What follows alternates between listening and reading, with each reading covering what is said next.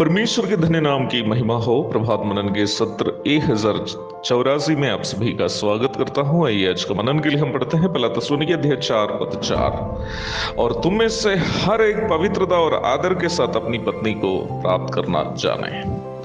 कल हम संक्षेप में ये मनन किए थे कि प्रेम विवाह परमेश्वर के द्वारा निर्धारित अपनी पत्नी की प्राप्ति करने के लिए वचनानुसार का एक विकल्प क्यों नहीं है। आज हम ये मनन करने जा रहे हैं कि क्या अरेंज्ड मैरिज अथवा माँ बाप अपनी समझ के अनुसार अपना बेटा के लिए पत्नी को चुनना परमेश्वर के द्वारा निर्धारित अपनी पत्नी की प्राप्ति हेतु एक वचनानुसार का विकल्प है या नहीं। मैं इस बात को एक भारतीय परिवेश में आपके सामने प्रस्तुत करना चाहता हूँ।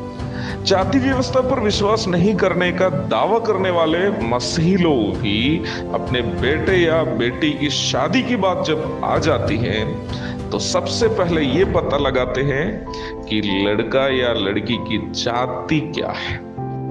यदि जाति मैच कर रही हो तो फिर अगला पारिवारिक भूमिका, आर्थिक स्थिति, शैक्षिक योग्यता, रंग आदि सब कुछ देखी जाती है। अंत में भोज में जैसे अचार डाला जाता है, यह भी पूछा जाता है कि आत्मिक है ना। तब जो प्रपोजल आया वो कहता है हाँ हाँ खूब, कलीसिया में कीबोर्ड बजाकर गीत गाती है। तब इस ओर से अच्छा गीत वगैरह गाना जानती है। तब उधर से अरे चर्च का पास्टर भी उतना गीत नहीं गाता है, उतना तो ये गाती है। परंतु अक्सर प्रपोजल लाने वाला ये बात छिपा देते हैं कि लड़की केवल गीत ही नहीं गाती है, नाचती भी है। गीत की बात जैसे सुन लेते हैं, इधर से कहता है शादी भी ठीक है, परिवार में सरकारी अफसर लोग भी खूब है, पैसे भी है, पढ़ी लिखी तो है ही, नौकरी भी कर रही है, वो भी पैसा यहाँ पर चले आएगा, रंग भी ठीक है, बेटा से माश कर रही है। फिर क्या है, कलीसिया में खूब गाती भी है ना। तो बेटा मान लो ना, इससे अच्छा प्रपोजल अभी कहां से आएगा। लड़का का पास्टर भी खुश, चलो अपनी कलीसिया में अच्छे परिवार से कोई नया सदस्य भी मिल रहा है। परंतु मेरे जैसे मूर्ख लोग जिनके पास दुनिया वाली बुद्धि ज्यादा नहीं है, पूरे कंफ्यूज हो जाते हैं।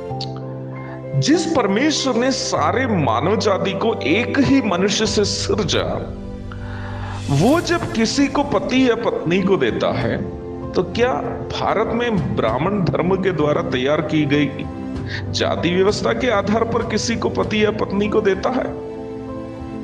जिस प्रभु मसीह ने गरीब के घर में पैदा होकर गरीबों के साथ गरीब के समान जीवन बिताकर गरीब के समान मृत्यु सही, वो क्या ये चाहेंगे कि जिस घर की लड़की को दहेज देने के लिए पैसे नहीं है उसकी शादी ना हो। जिस प्रभु के वचन में ये लिखा है कि रुपये का लोभ सब प्रकार की बुराइयों का जड़ है, वो क्या आर्थिक क्षमता रखने वालों के परिवार से ही शादी करने देगा। जो अनाथों का पिता और विधवा का न्याय चुकाने वाला है, नहीं चाहेगा कि एक अनाथ लड़का या अनाथ लड़की का विवाह अच्छे घर में हो। जो गोरे काले दोनों की सृष्टि की और दोनों से एक समान प्रेम करता है, नहीं चाहेगा कि एक काली लड़की की शादी गोरे लड़के के साथ हो, नहीं तो एक काला लड़का की शादी गोरी लड़की के साथ हो। मुझे सुनने वाले प्रिय भाई बहनों, आज के नौजवान लोग जब तुलना करके देखते हैं ना, तो अरेंज्ड मैरिज प्रेम विवाह से भी अधिक बुरा उनको लगता है। इसलिए ही कई सीधा साधा लोग भी माता पिता की इच्छा से बढ़कर अपनी इच्छा को अधिक महत्व देते हैं। परंतु जैसे मैंने पूर्व में कहा था कि एक आत्मिक मनुष्य को माता पिता की इच्छा और अपनी इच्छा दोनों से बढ़कर प्रभु की इच्छा को जैसे अन्य सभी बातों में होनी चाहिए, वैसे ही शादी की बात में भी महत्व देकर उस जीवन साथी की चुनाव करनी चाहिए।